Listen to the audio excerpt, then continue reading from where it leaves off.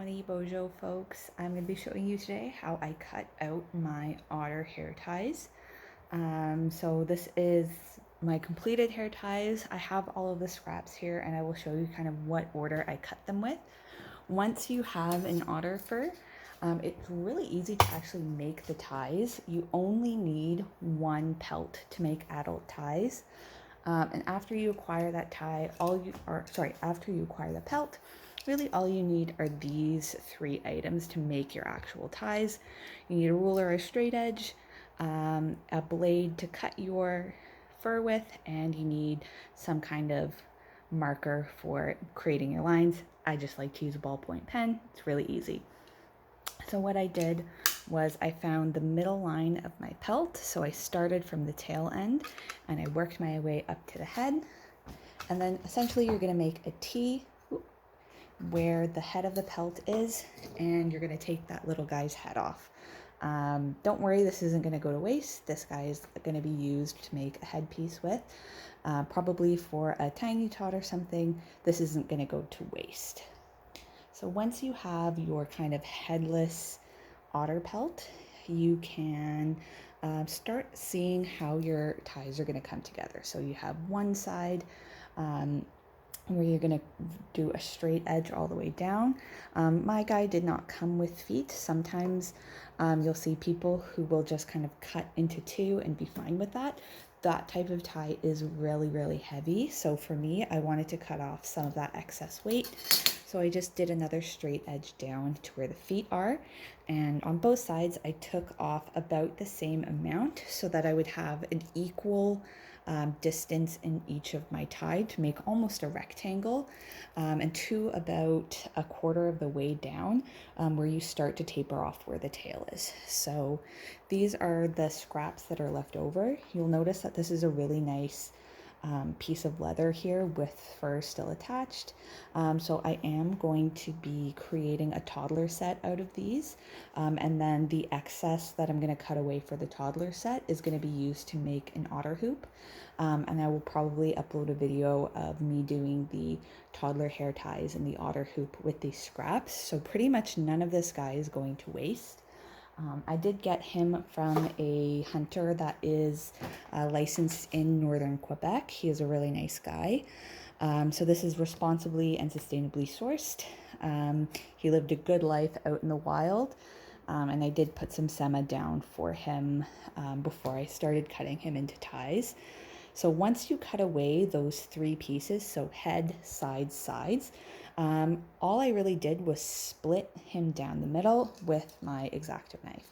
So anytime I'm using the X-Acto knife, I mark out my lines first, I grip my fur, and then you want to use a brand new blade. So when I started this, I had a brand new blade in here.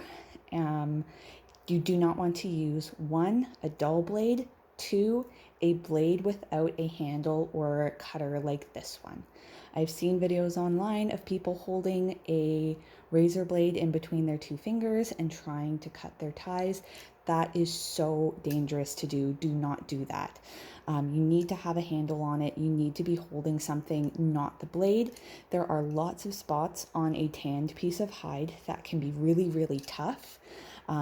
There are lots of spots like this where you have a little hole, where if you miss, it can be really dangerous if you're just pinching a blade between your fingers. So always make sure you have a handle like this. This is just like a Mastercraft one that came with a toolbox that I have. I put a brand new blade in this, so it is extra sharp, and it's really a thin processed piece of leather, so you don't have to use that much force, and you really don't want to use a lot of force either. You're cutting on the leather side. You're essentially just running the blade gently down to separate it. Sometimes I'll like spread and then use that little bit of tension to help guide the X-Acto blade down. You don't ever want to cut towards yourself, so you're either always cutting away from yourself this way or away from yourself this way. I like to cut this way. It's a lot more natural. If you cut towards yourself, again, super, super, super dangerous. Do not do that. This is an incredibly sharp blade. You can really hurt yourself doing that. So you want to keep yourself safe. If you are a teen looking to make your own otter ties, always have an adult doing all the blade work for you. Do not try to do this yourself. It should always be an adult handling the very sharp blades. So what I do is I started from that end and I flipped it over this way. So pretending this is the head part, I put my blade here and I essentially just very lightly ran down with my X-Acto blade. You want to also be very gentle with your cut because you don't want to cut the actual fur. If you cut into the fur, it will get everywhere and you'll have lots of little tufts pulling off. So with mine, to avoid getting all of those little tufts that pull up and that will cover your regalia in little bits of fur, you want to cut very gently just down that seam line. And if you have a really sharp knife, it makes it super easy. So once you cut that piece into two, you are left with this beautiful rectangle tie. So it's pretty much the same distance all the way down to the tail. Some people will, if you wet your tail, so you get it nice and soaking wet, and then you wrap it around a dowel to dry. So wrap it around like this.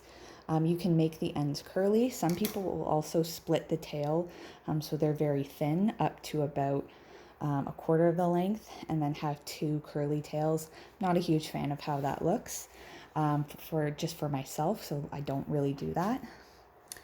And then to attach them, this is my method. I don't know how other people do theirs. Everyone kind of seems to have a different method, but this one just works with the way that I put on my hair, all of my hair accessories. So I have two little slits, and then this is a suede cord. So I put my braid in between here, and then I essentially just tighten this. And then when I turn this around, I just cross these over like that, all the way down my braid. This is nice. This suede cord is really nice because it's grippy. It's really coarse, so it grips the hair and the fur really well. I will put another tie over this, so I have a white piece of bias tape that I use, and I just kind of tie over it, so I have a nice stark white contrasting with the fur that I'm able to get a lot prettier than just with this cord. Makes it extra secure as well. So that is my kind of quick tutorial, already pre-cut, of how to make an otter hair tie. If you are looking for instructions on how to put your hair ties on, let me know, because I can also show you how I put my hair ties on, and it ties into It ties into how I use this loop back here, so that my hair ties are nice and secure.